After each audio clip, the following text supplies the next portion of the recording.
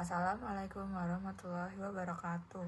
Perkenalkan, nama saya Amara Novelinda Putri, absen 4 dari kelas 11-3. Saudara-saudara, sekali lagi jawabnya haruslah aku seorang putra, oleh karena aku tidak mau bernama anak yang durhaka. Saudara-saudara, sekarang saya ajak bersorak 3 kali. Putra, putra, putra, hidup putra. Terima kasih.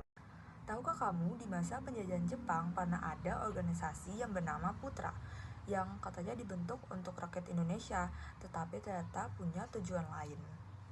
Organisasi ini melibatkan tokoh-tokoh besar di bangsa kita, tapi justru dikendalikan oleh Jepang.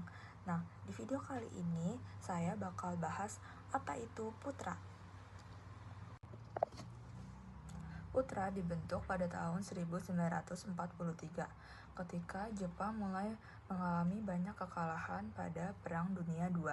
Kondisi tersebut membuat Jepang membutuhkan dukungan penuh dari wilayah-wilayah jajahannya, termasuk Indonesia.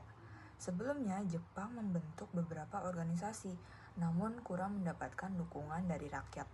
Oleh karena itu, Jepang mengubah strategi dengan melibatkan tokoh-tokoh nasional Indonesia yang memiliki pengaruh besar di masyarakat. Dengan cara ini, Jepang berharap rakyat akan lebih mudah diarahkan untuk mendukung kepentingan perang mereka. Putra secara resmi diperkenalkan sebagai organisasi yang bertujuan menghimpun tenaga dan potensi rakyat Indonesia. Namun, di balik tujuan resmi tersebut, Putra sebenarnya merupakan alat propaganda Jepang. Putra dipimpin oleh 4 tokoh nasional yang dikenal dengan 4 serangkai, yaitu Soekarno, Muhammad Hatta, Ki Hajar Dewantara, dan K.H. Mas Mansur. Keempat tokoh ini dipilih karena memiliki pengaruh kuat di berbagai lapisan masyarakat. Soekarno dikenal sebagai pemimpin pergerakan nasional, Muhammad Hatta sebagai tokoh pemikir dan organisator, Ki Hajar Dewantara sebagai tokoh pendidikan, dan K.H. Mas Mansur sebagai pemimpin agama. Walaupun secara struktural berada di bawah kendali Jepang, para tokoh ini memanfaatkan Putra sebagai sarana untuk menumbuhkan kesadaran nasional dan memperkuat persatuan rakyat Indonesia.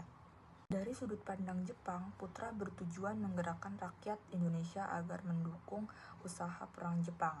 Organisasi ini digunakan untuk menyampaikan propaganda dan menanamkan loyalitas kepada pemerintahan militer Jepang.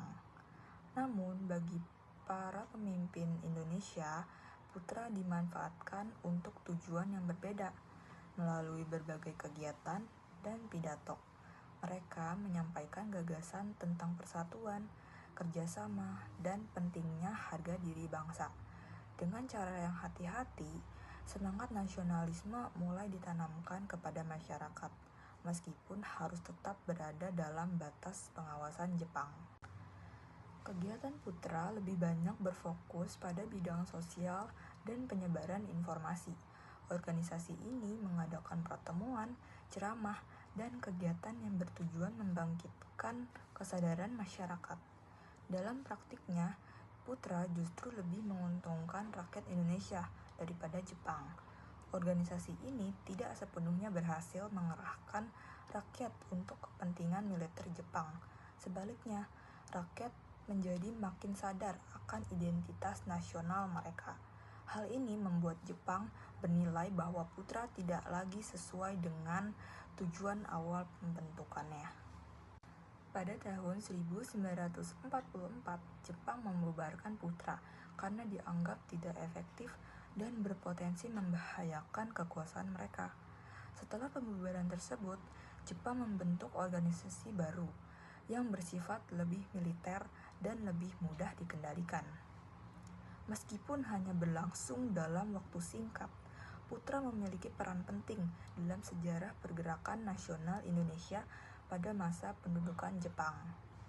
Keberadaan Putra menjadi salah satu bukti bahwa perjuangan menuju kemerdekaan tidak selalu dilakukan melalui perlawanan fisik, tetapi juga melalui strategi politik dan pemanfaatan situasi.